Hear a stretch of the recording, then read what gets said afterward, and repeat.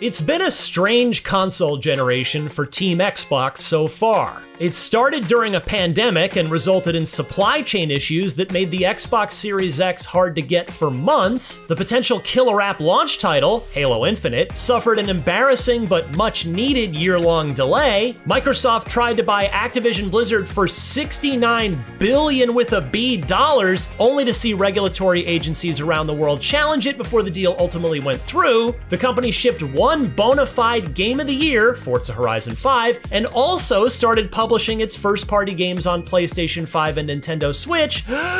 And Xbox boss Phil Spencer even confirmed that a handheld Xbox is in the works, even if we might not see it during this hardware generation. All the while, outside of a kick-ass 2021 that saw the release of the aforementioned Halo Infinite and Forza Horizon 5, along with Psychonauts 2, Microsoft Flight Simulator, and Tunic, Xbox players have been waiting for a steady flow of first-party games. And it was looking a bit bleak this year, again, with Avowed getting pushed to February 2025 and the potential packed pixel art indie action-adventure exclusive Replaced slipping out of 2024. But Microsoft turned in all its homework right as the bell rang at the end of class, with Stalker 2, Microsoft Flight Simulator 2024, and Indiana Jones and the Great Circle all landing in the final 6 weeks of the year, and all three getting A's on the assignment. Let's discuss the honorable mentions, runners-up, and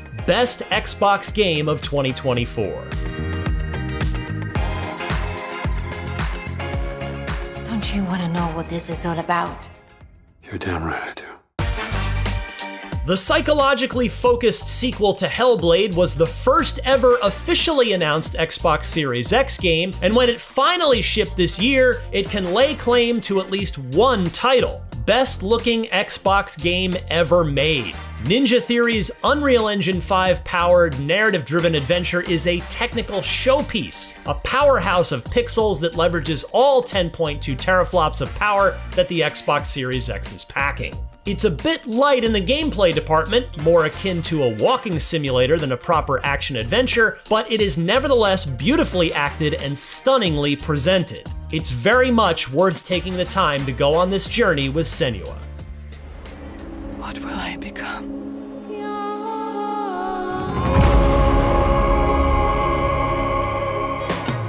Dungeons of Hinterberg's hooky concept, a European town becomes a hotspot for visitors to come and make friends and drink beers at night after a long day of monster slaying in the dungeons below, translates into a super enjoyable mix of action RPG and social sim gameplay. Its comic book style visuals only enhance the entire experience. This was a refreshing summer release in a season where we typically complain about the lack of interesting new games to play. But this year's virtual summer trip to Europe to crush a bunch of monsters and collect loot while chatting with the locals about it at the pub afterwards proved to be just the kind of vacation we needed. It may not be an Xbox exclusive, but Microsoft owns Call of Duty now, and the biggest first-person shooter franchise in the world bounced back in a big way this year. And Xbox owners did get to play Black Ops 6 on day one via Game Pass Ultimate, so there's that. More importantly, Treyarch, Raven, and the myriad Activision support studios that put in yeoman's work on this series every year came together to craft the best single-player Call of Duty campaign in years. Historically underrated developer Raven understood that the key to a great Call of Duty campaign is variety. And in Black Ops 6, you get to do all kinds of incredibly fun stuff, from going undercover at a casino, to freely roaming an open world desert, to hobnobbing at a Bill Clinton fundraiser, and so much more. Its story doesn't quite punch you in the face with a twist as good as Black Ops 1's JFK moment, but it's a damn fine story nevertheless that positively reinforces the excellent and unpredictable campaign gameplay. Add in a great focused multiplayer mode and an excellent return of zombies, and Call of Duty Black Ops 6 is one of the best overall gaming packages you can get in 2024.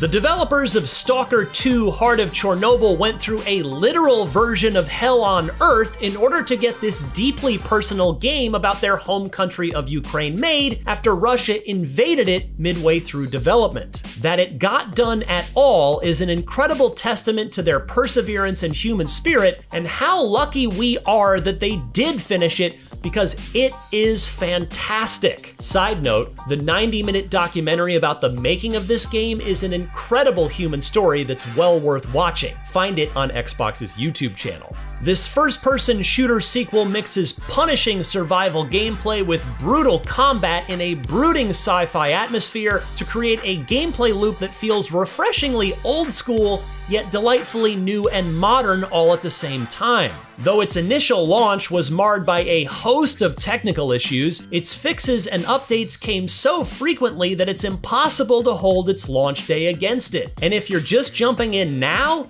you'll only ever see the current, more polished version of the exclusion zone. Enjoy playing the world it creates, as its developers clearly did when building it. Whatever will they throw at us, we will do this game, we will finish it, we will make it awesome, and they will see. Побачимось на релізі. Слава Україні! A rough takeoff put passengers in a sour mood, but things quickly smoothed out as developer Asobo Studio reached cruising altitude with the latest version of its masterpiece aviation simulator. The team somehow made Flight Simulator even more gorgeous, rendering an even more beautiful and realistic Earth than the one from 2021. They also added a lot more to do, from wildlife photo shoots to inconceivably dotting the in-game planet with every single helipad in the real world. Physics were improved, as were numerous other under-the-hood systems. In all, Microsoft Flight Simulator 2024 may not be a game for everyone, hence the simulator in the title, but what it sets out to do, it does brilliantly. It is a love letter to anyone and everyone who loves aviation, in the same way that Forza Horizon 5 was a love letter to anyone who loved cars and driving.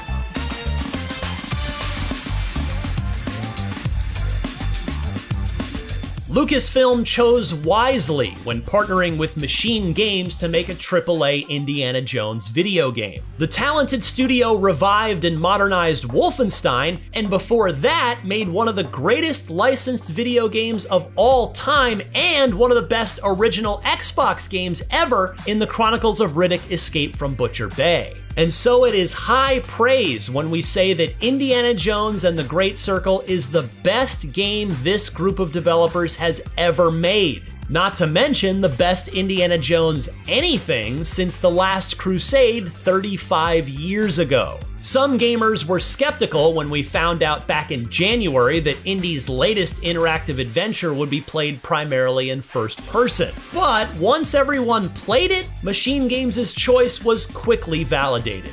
The Great Circle completely immerses you as Indiana Jones, from the shadow of your fedora on a wall, to the versatile whip in your hand, to the leather jacket that squeaks as you walk, not to mention the absolutely S-tier performance of veteran voice actor Troy Baker, who completely disappears into the role of Indiana Jones and convinces your ears and brain that you're somehow anachronistically listening to a 40-something Harrison Ford. Give me the whip!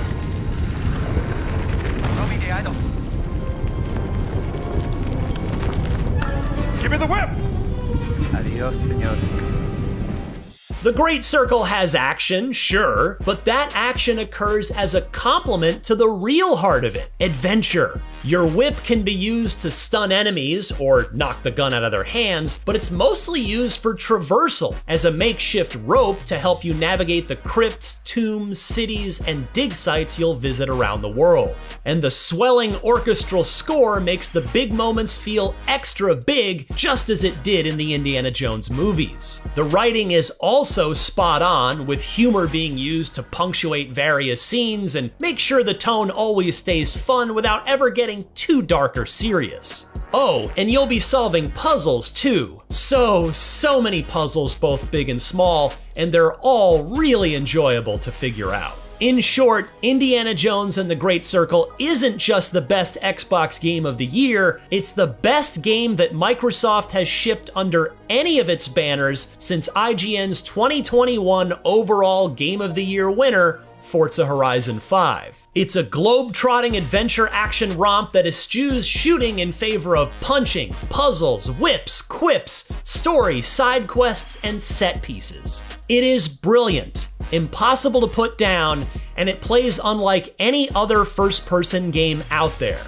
It easily and deservedly wins IGN's Best Xbox Game of 2024 award. You asked for it.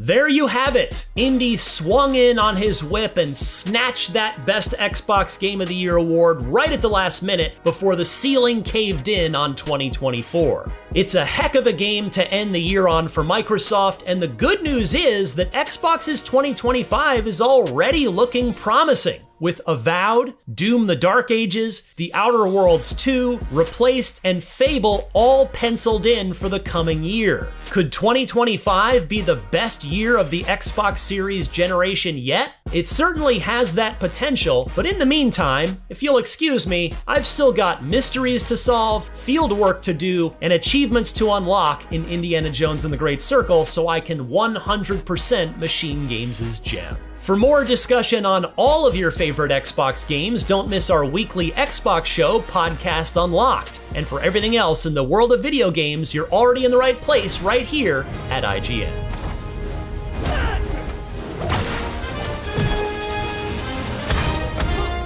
I've had run-ins with these guys before. Trust me, it ain't a walk in the park. Okay then, let's see if you can keep